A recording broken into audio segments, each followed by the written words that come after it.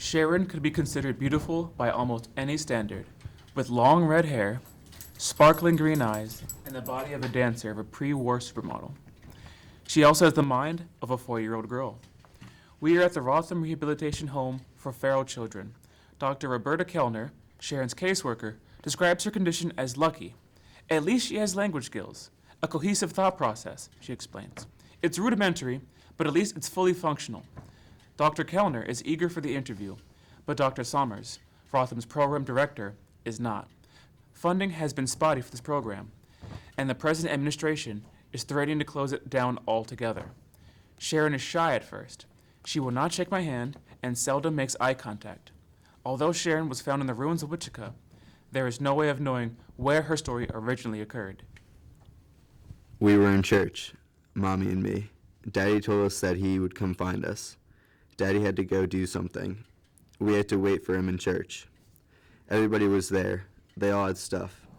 They had cereal, and water, and juice, and the sleeping bags, and flashlights, and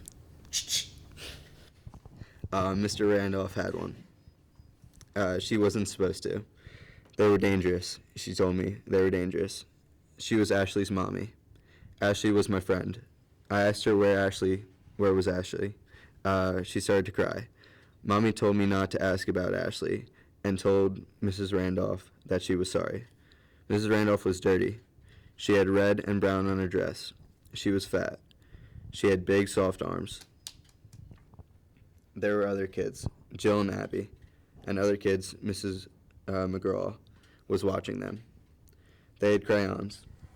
They were coloring on the wall. Mommy told me to go play with them.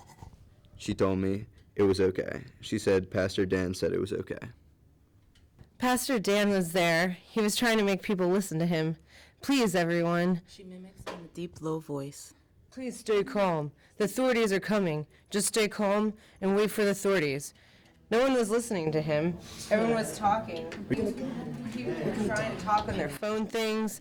They were angry at their things, throwing them and saying bad words. Bitch, Clyde. How are we going to get out of here?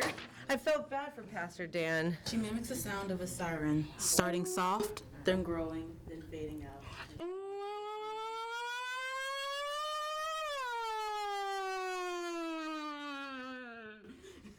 Mommy was talking to Mrs. Kermode and other mommies. They were fighting.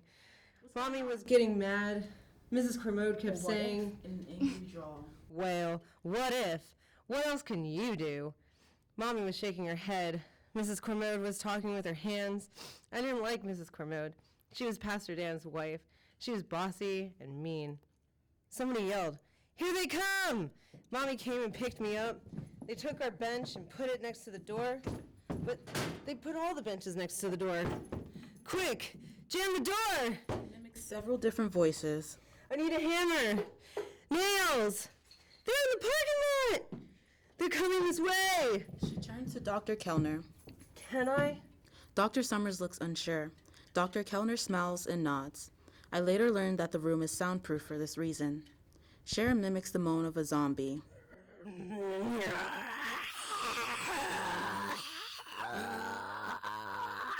It is undoubtedly the most realistic I have ever heard. By their discomfort, Summers and Kellner agree. They were coming. They came bigger. Again, she moans, then follows up by pounding her right fist on the table. They wanted to come in. Her blows are powerful, mechanical.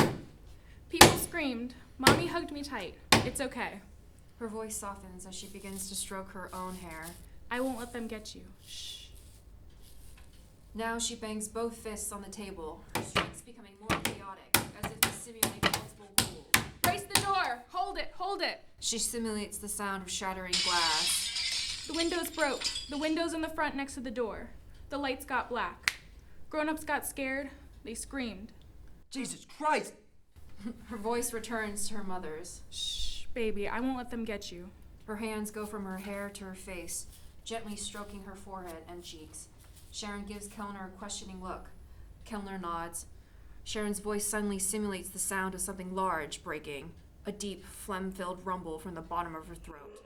They're coming in! Shoot him! Shoot him! She makes the sound of gunfire, then... I won't let them get you! I won't let them get you! The children! Don't let them get the children! That was Miss Comrade. Save the children! Save the children! Sharon makes more gunshots. Her balls, her hands into large double fists, bringing it down on an invisible form.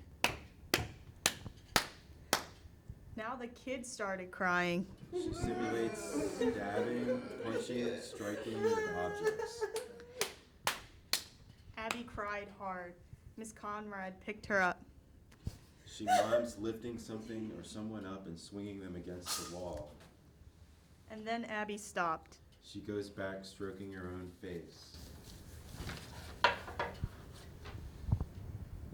Her mother's voice has become harder. Shh. It's okay, baby, it's okay. Her hands move down from her face to her throat, tightening into a strangling grip. I won't let them get you. I won't let them get you. Sharon begins to grasp for air. Dr. Summers makes a move to stop her. Dr. Kellner puts up a hand. Sharon suddenly ceases, throwing her arms around to the sound of a gunshot. Warm and wet, salty in my mouth, stinging my eyes. Arms picked me up and carried me. She gets up from the table, mimicking a motion close to a football. Carried me into the parking lot. Run, Sharon. Don't stop. Just run. Run, run, run. They pulled her away from me. Her arms let me go. They were big, soft arms.